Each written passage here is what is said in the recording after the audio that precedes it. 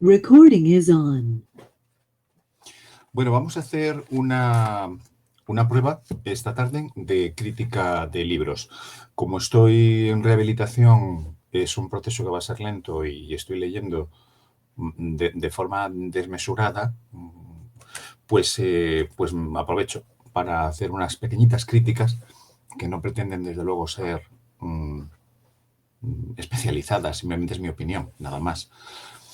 De algunos libros que me estoy leyendo y que me están impresionando. En particular, hay uno que he terminado de leer hace unos días, que tenía en casa desde hacía, no exagero si digo, más de 30 años, pero que nunca me había leído porque me suponía me producía un cierto rechazo, sobre todo por la fama que tenía el libro. Es un libro muy, muy reaccionario y muy fascista, por utilizar la palabra que hoy en día está en boca de todos.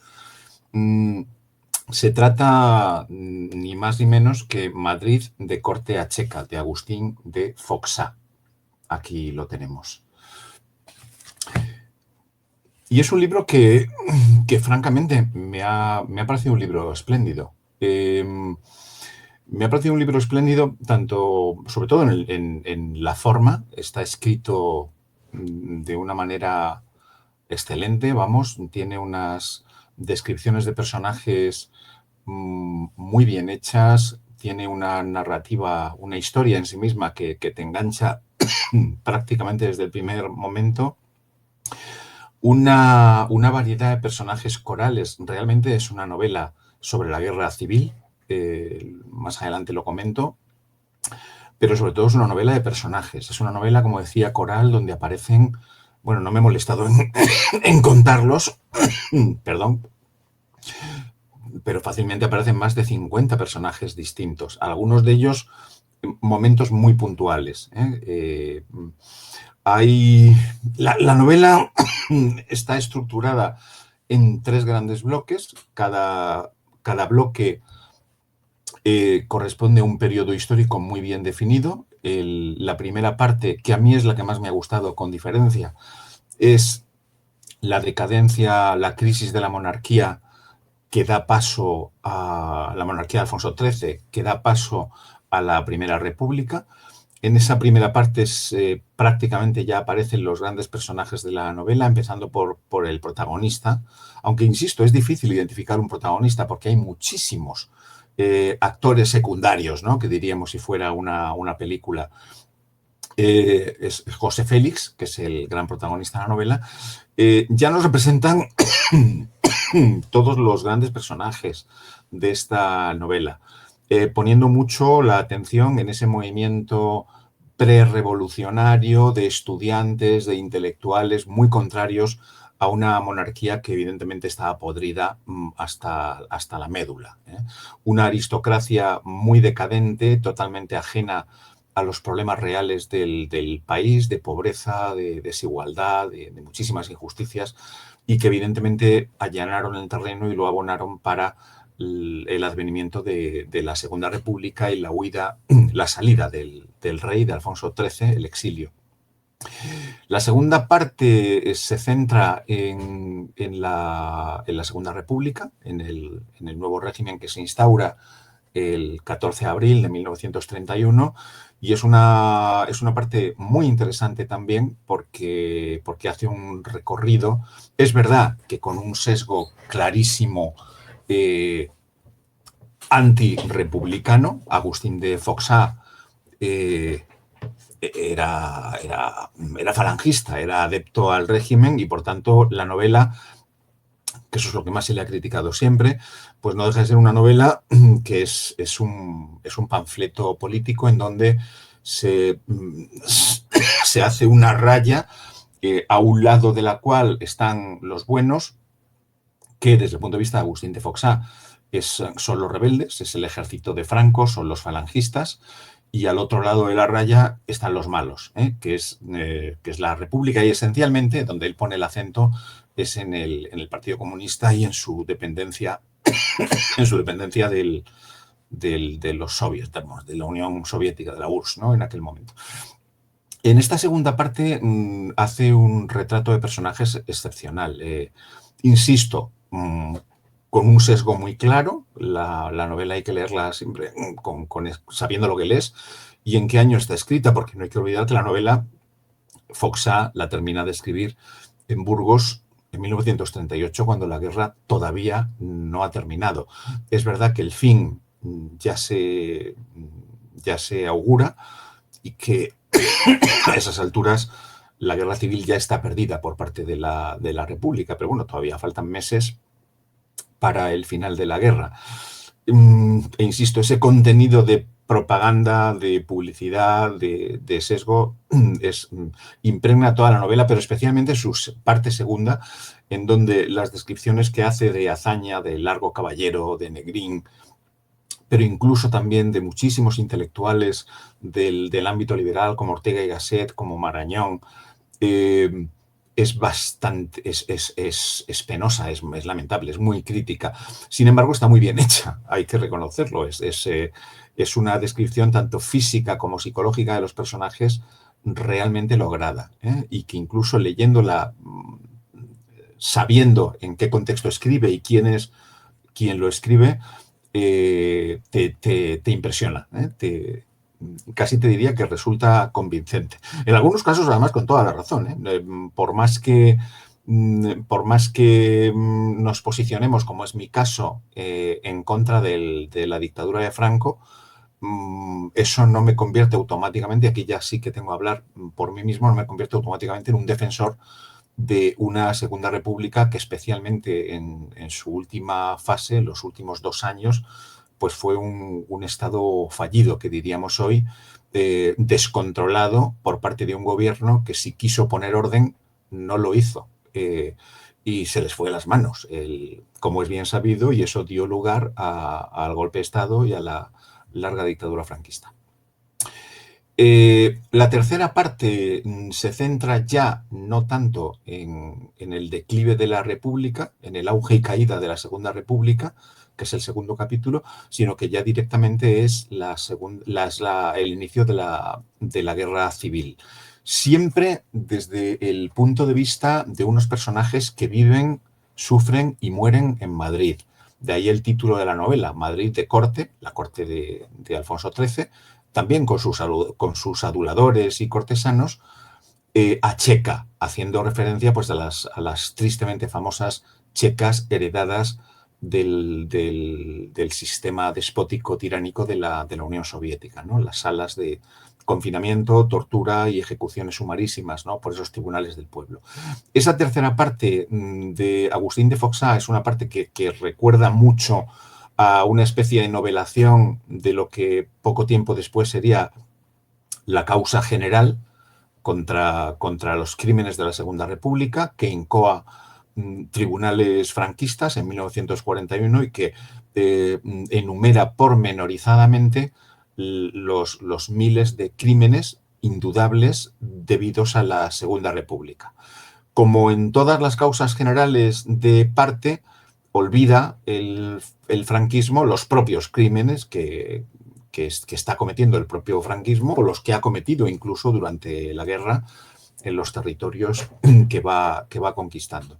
Un error, por desgracia, tradicional en nuestra historia, que también se comete con la infausta ley de memoria histórica, que también ha sido utilizada y sigue siendo utilizada como una causa general de una parte frente a la otra. Todos los buenos, según esta ley de memoria histórica actual, estaban en el lado republicano, allí no hubo errores, a lo sumo algún desliz y siempre respuesta a provocaciones o a injusticias históricas, etcétera, etcétera, y al otro lado todos eran malos, asesinos y personajes despreciables, ¿no?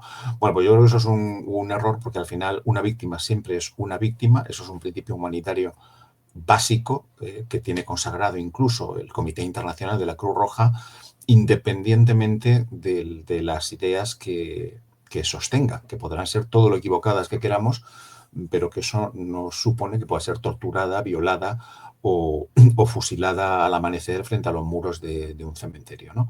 En esta tercera parte, Agustín de Foxá se ceba sobremanera en estos crímenes. Yo te diría que en ocasiones hasta se delecta un poco, y a mí es la parte con diferencia que menos me ha gustado. Ahí sí que se nota que la novela ha envejecido bastante. Los héroes falangistas, los héroes nacionales aparecen excesivamente eh, mm, encumbrados, ennoblecidos. Los villanos republicanos pues son unos personajes poco menos que los Morlocks de H.G. Wells, ¿no? En La máquina del tiempo, personajes del inframundo.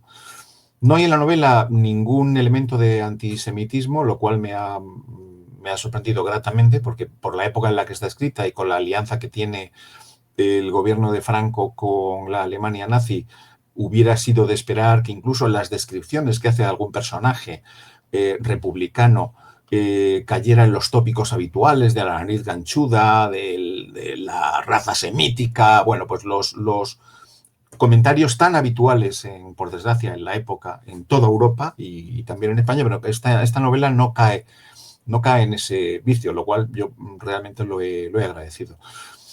Foxá es un personaje que incluso él mismo aparece en la novela en algún momento, Agustín de Foxá. Es un gran autor, muy comprometido, como decía, con el régimen. Él nace en Madrid en 1903, ingresa en la carrera diplomática en el año 1930 y vive en numerosos países. Incluso, bueno, tiene una estancia muy larga en Finlandia. Quien se haya leído la novela Caput de Curcio Malaparte, yo me la terminé de leer hace unos meses, y él es un personaje secundario de esta novela al que Curcio Malaparte le dedica muchos párrafos, salpicados a lo largo de la novela. Curcio Malaparte, como periodista, también había recorrido diferentes países y tuvo un tiempo de estancia en Finlandia. Allí conoce a Agustín de Foxá y ya digo, lo refleja en esta sensacional novela también que es Caput.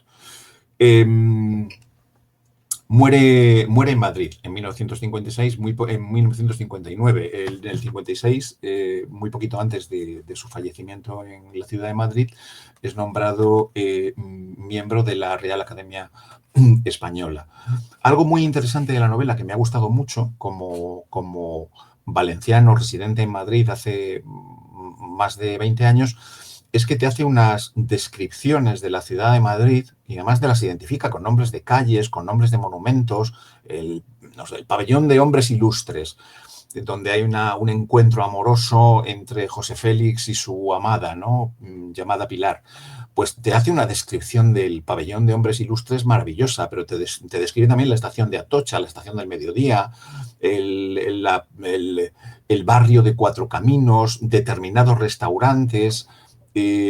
Bueno, en ese aspecto es una novela muy interesante porque te describe en gran parte un Madrid que hoy en día sigue exactamente igual, que lo refleja Agustín de Foxá, sobre todo la parte de grandes monumentos o grandes espacios como el Retiro, el Parque del Oeste, y hay otros que por desgracia ya no existen.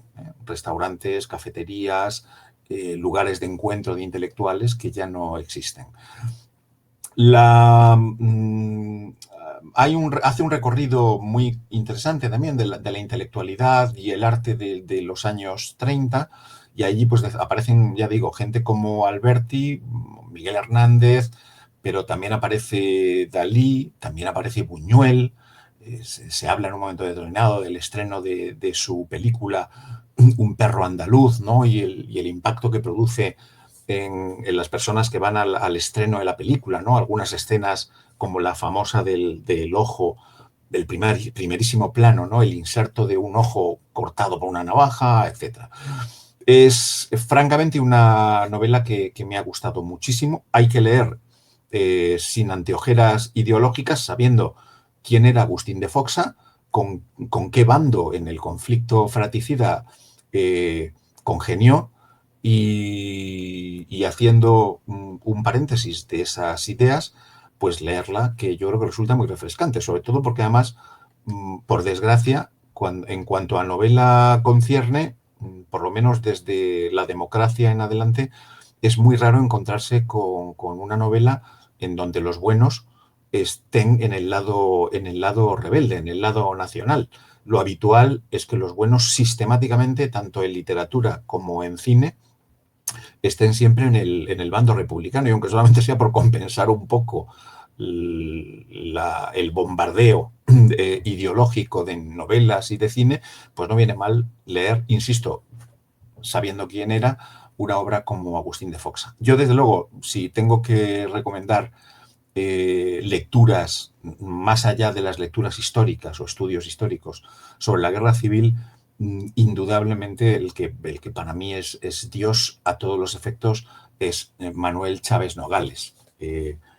Esta obra, A Sangre y Fuego, es una auténtica joya, y que también, al igual que sucede con Agustín de Foxa, cuando él en ese subtítulo habla de héroes, bestias y mártires de España, Chávez Nogales es capaz de describir en un capítulo el heroísmo de unos tanquistas republicanos, y en otro capítulo te está describiendo el heroísmo de unos soldados nacionales.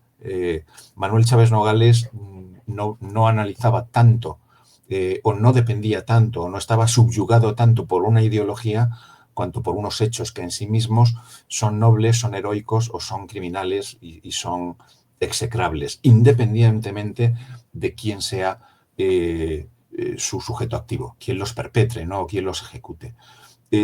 Bueno, pues me ha gustado mucho la obra, y yo aprovecho para recomendarla a quien quiera